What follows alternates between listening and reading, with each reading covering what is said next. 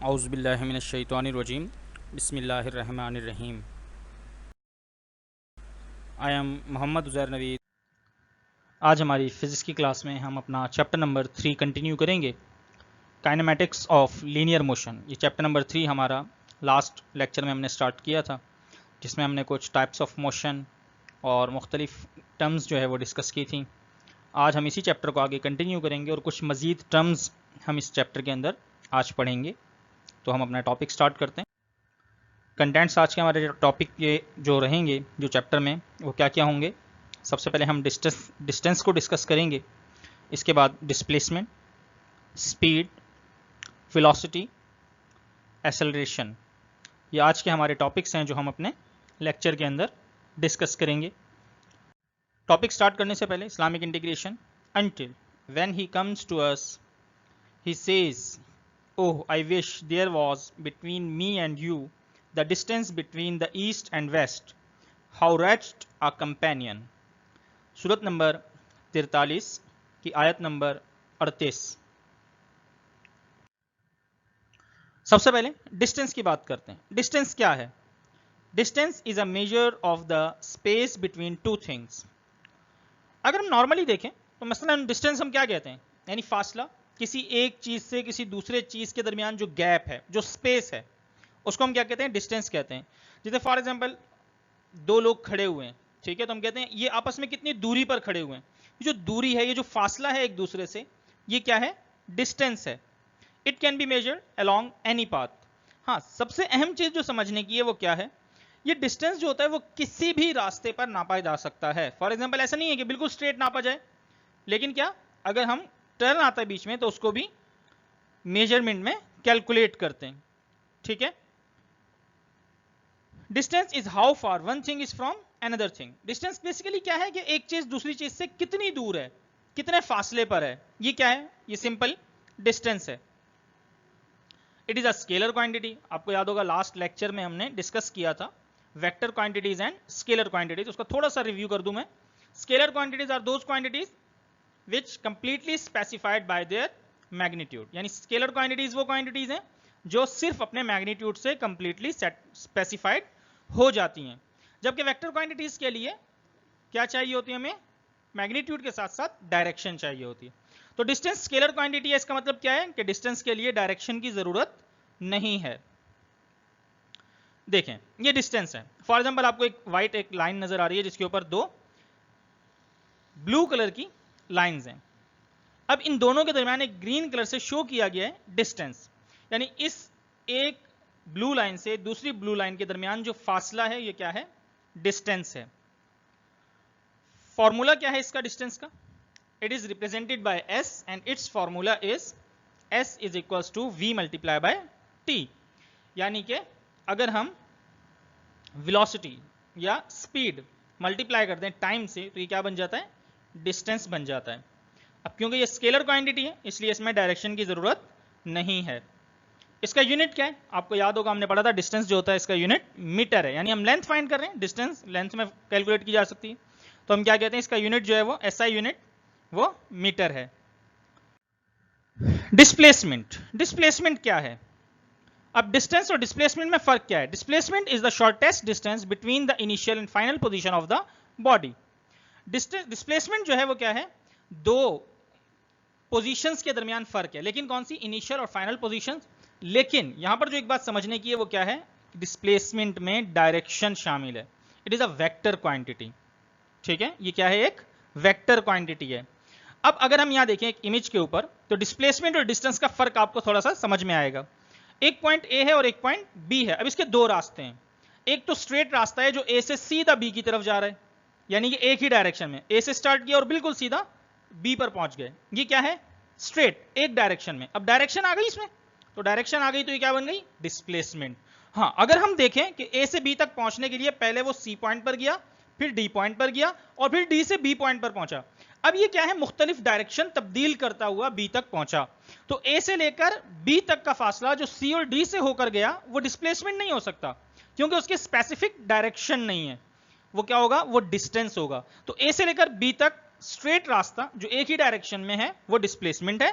और ए से लेकर बी तक का रास्ता जो और मुख्तलिफ पॉइंट से होकर गुजर रहा है, ठीक है, जैसे सी और डी से जहां डायरेक्शंस भी चेंज हो रही हैं, वो क्या है, वो डिस्टेंस है। इसका formula, it's represented by S and its formula is S is equal to V multiply by T. अब फॉर्मूले में आपको एक फर्क नजर आ रहा है, हमने जो लास्ट टाइम फॉर्मूला देखा उसमें, यानी जो डिस्टेंस का फॉर्मूला था उसमें आपको एस और वी के ऊपर एरोज नजर नहीं आए। अब ये एरो क्यों लगाए गए, ये रिप्रेजेंट करते हैं वेक्टर और स्केलर क्वांटिटी को। जैसे टाइम, आपको याद होगा हमने स्केलर क्वांटिटीज में डिस्कस किया था कि टाइम जो है वो स्केलर क्वांटिटी है, तो इसलिए टाइम के ऊपर एरो मौजूद नहीं है। ये एरो जो है वो किस चीज को शो करता है, वेक्टर क्वांटिटीज को, यानी डिस्प्लेसमेंट है, क्योंकि ये अब डिस्टेंस नहीं है। अगर मैं इस एस पे से एरो हटा दूंगा तो ये क्या बन जाएगा, डिस्टेंस बन जाएगा। लेकिन अगर एस के ऊपर एरो लगा हुआ है तो फिर ये डिस्टेंस नहीं है बल्कि डिस्प्लेसमेंट है। इसी तरीके से वी यानी वेलोसिटी, ये वेलोसिटी के ऊपर भी एरो बना हुआ नजर आ रहा है आपको, तो ये क्या है, वेक्टर क्वांटिटी है वेलोसिटी, और इसकी भी डायरेक्शन है। तो इसका फॉर्मूला होता है displacement is equal to velocity multiply by time. इसका यूनिट वही होता है मीटर, क्योंकि ये भी बेसिकली लेंथ होती है, शॉर्टेस्ट डिस्टेंस फाइंड करना है दो पॉइंट्स के दरमियान, तो इसलिए इसका जो यूनिट है वो क्या है, मीटर है। स्पीड की बात करते हैं, some bodies move fast while other slow. Simple सी बात है, आप देखते हैं रोड के ऊपर जब आप जा रहे होते हैं तो आप देखते हैं कि कोई ऑब्जेक्ट जो है वो, यानी कोई गाड़ी जो है वो बहुत तेज जा रही है, कोई गाड़ी जो है बहुत स्लो जा रही है, कुछ और कम स्पीड से, कुछ ज्यादा स्पीड से। तो हर एक का जो मूवमेंट है वो कुछ स्लो है, कुछ फास्ट है।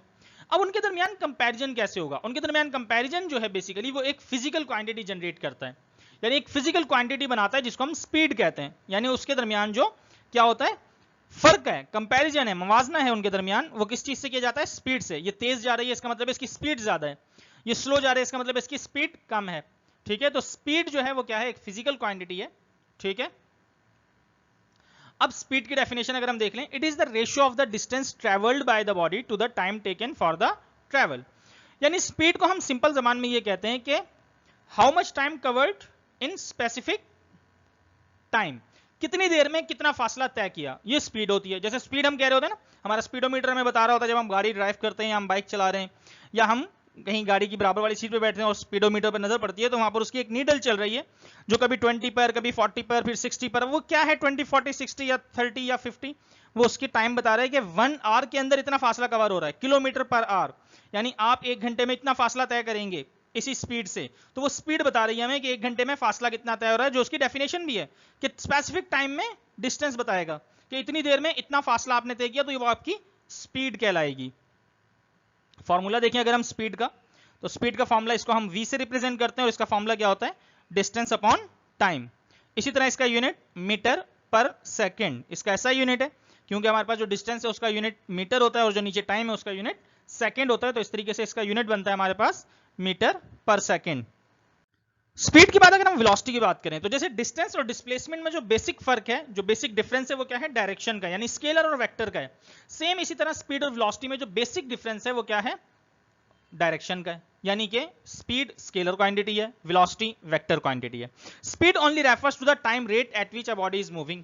जैसे अभी हमने डिस्कस किया कि हमारे पास जो स्पीड है वो क्या चीज कैलकुलेट कर रही है, वो कैलकुलेट कर रही है सिर्फ टाइम, यानी इतनी देर में इतना फासला तय किया, ठीक है, rate of time. But body is moving where velocity refers to both the speed and the direction, जबकि वेलोसिटी में स्पीड के साथ साथ डायरेक्शन भी कैलकुलेट होती है। यानी गाड़ी मूव तो कर रही है, इतनी स्पीड से मूव कर रही है, लेकिन किस तरफ मूव कर रही है, उसकी डायरेक्शन क्या है। तो वेलोसिटी के लिए स्पीड के साथ साथ डायरेक्शन का होना भी जरूरी है। तो जब डायरेक्शन शामिल हो जाती है तो फिर क्या बन जाती है, ये वेक्टर क्वांटिटी। तो स्केलर और वेक्टर का फर्क समझ आ गया आपको, क्योंकि अब हम एग्जांपल्स के साथ पढ़ते हुए जा रहे हैं कि स्पीड जहां पर डायरेक्शन नहीं है, ठीक है, वो क्या है, स्केलर क्वांटिटी है। वेलोसिटी जहां पर डायरेक्शन है, ये क्या है, वेक्टर क्वांटिटी है। The rate of change of displacement or the distance covered by a body in a definite direction. अब यहां पर डायरेक्शन आ गई, स्पेसिफिक डायरेक्शन आ गई, डेफिनेट डायरेक्शन। तो अगर rate of change of displacement है लेकिन किसी खास डायरेक्शन में है तो वो क्या कहलाएगा, वेलोसिटी कहलाएगा। फॉर्मूला इसका represented by v and its formula is v is equal to s upon t। अब जैसे स्पीड में हमने कहा था कि वेलोसिटी था, तो इसलिए अब वेलोसिटी है तो ये वेक्टर क्वांटिटी है, इसलिए इसके ऊपर एरो लगेगा। और वहां पर डिस्टेंस था जो कि स्केलर क्वांटिटी है, इसलिए एरो नहीं लगा, लेकिन यहाँ पर s जो है वो क्या है, डिस्प्लेसमेंट है, इसलिए s के ऊपर एरो प्लेस किया जाएगा। तो ये रिप्रेजेंट कर रहा है कि ये क्या है, वेक्टर क्वांटिटी है, और डिवाइडेड बाय टाइम। इसका भी ऐसा यूनिट हमारे पास क्या है, मीटर पर सेकेंड। टाइप्स ऑफ वेलोसिटी की बात करते हैं। There are following types of velocities. सबसे पहले यूनिफॉर्म वेलोसिटी। यूनिफॉर्म वेलोसिटी क्या है, when speed and direction of motion of a body do not change the velocity is said to be uniform. अच्छा, अगर कोई ऑब्जेक्ट जो है वो अपनी वेलोसिटी तब्दील नहीं करता, ठीक है, यानी अपनी स्पीड तब्दील नहीं करता, वो एक जितने वक्त में एक जितना फासला तय कर रहा है, तो इसका मतलब हम क्या कहेंगे कि इस वक्त जो है वो यूनिफॉर्म वेलोसिटी के साथ मूव कर रहा है। जैसे अगर कोई ऑब्जेक्ट मुसलसल 30 किलोमीटर पर आवर की स्पीड से जा रहा है, यानी कि मुसलसल उसकी स्पीड जो है वो 30 किलोमीटर पर आवर ही है, तो अब क्या है, क्योंकि उसकी जो वेलोसिटी जो स्पीड है वो तब्दील नहीं हो रही, तो स्पीड तब्दील नहीं हो रही और डायरेक्शन भी तब्दील नहीं हो रही, तो इसको हम क्या कहेंगे, ये क्या है, यूनिफॉर्म वेलोसिटी है।